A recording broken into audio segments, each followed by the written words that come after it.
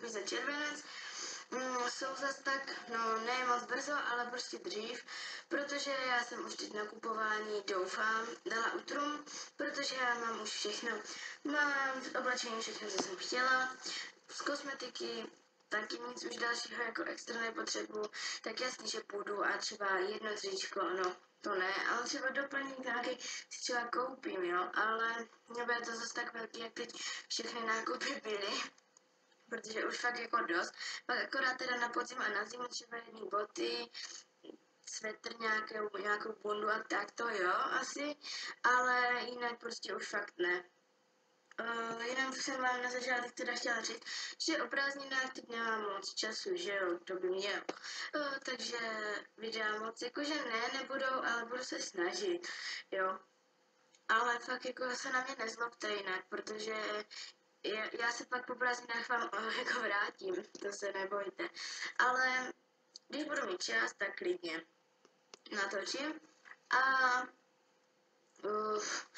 ke konci prázdnin jdu ještě na dovolenou, takže to možná čekejte nějaký menší vlog, já nevím, něco takového určitě bude, nebo fotky aspoň. Tak to čekejte.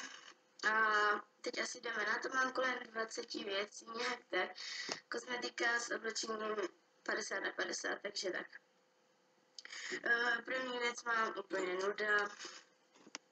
Adidas. Deodorant. Prostě nic extra, 165 korun a mám ho, voní, takže je to Happy Game nějaký.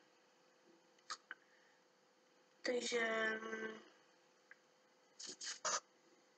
že by vonil nějak extra po něčem, to fakt ne.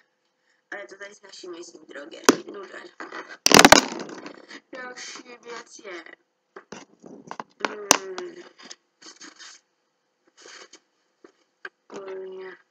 jo, řasenka od Essence, omlouvám se. Je to řasenka, určitě všichni znáte, I Love Extreme. A tady v naší místní drogerce jsem dali pár věcí od Essence, už je dobrý. Tak jsem chtěla vyzkoušet teda v Brně, nebo jako neříkám, že to je jiný, ale nějak mě padla do oka. Má to takovýhle kartáček. Normálka a jakože pěkně ty rasy oddělí a tak, takže si myslím, že fajn. A stála 79 korun. Taky tady v místní drogerce. Pardon. Pak tu mám korektor, ten už byl i v minulých nákupech, už mě došel, takže mě vydržel cca měsíc, což je dobrý, si myslím, na takový korektor. A je to ten Stay Natural Concealer Oud Essence a mám furt zase 0,2 kusov cen. A ten stál, já vždycky, než to najdu, 55 korun kolem nějak tak. Doufám teda, chtěla jsem to ty ceny tady, jsem si zapomněla, jsem vyhodila účet, takže jsem to nějak tak trochu odhadovala. Pak tu mám linky. Jo, linky, prosím vás, já jsem úplně amatér na linky. S tuškou vůbec, prostě to vůbec. S tekutýma linkama neexistuje.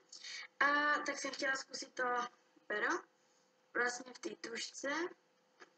A tak jsem to zkusila a jako dá se to zvládnout, takže kdybych někdy chtěla linky občas, než bych v tom chodila každý den, tak mám tady ty od Essence. Nejsou teda vodě odolný. A jinak teda, já vám to jsem přitlačila nějak, takže pěkný. Náhodou mě se teda líbí.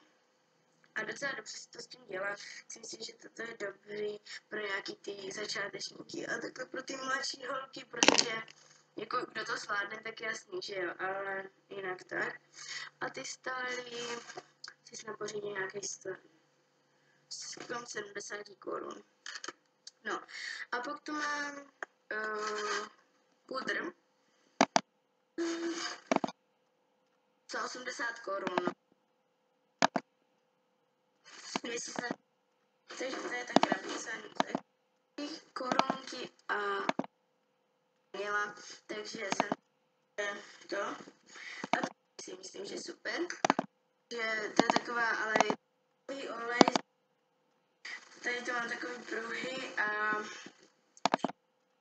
fakt široký.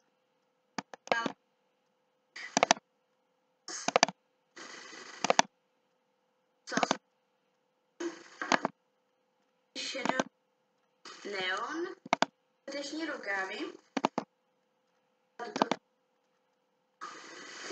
Tady barevný nebo modrý, až takže tyhle. A pak nějaký nápis, číslo.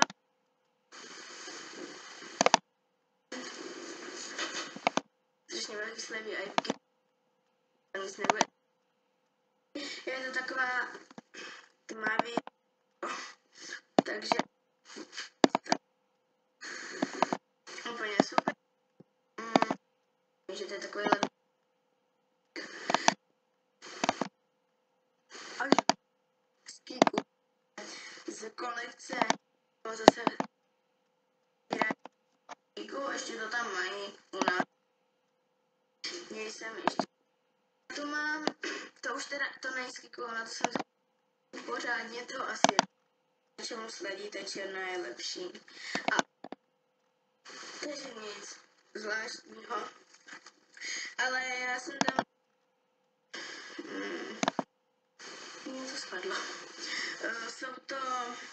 Jsou mi teda trošku větší. Budu do nich muset mít pásek, protože mou velikost už neměli. Měli jsem ještě větší. Ale je to vlastně, je to šedý. A jsou na tom takový zase skvrny. Takový...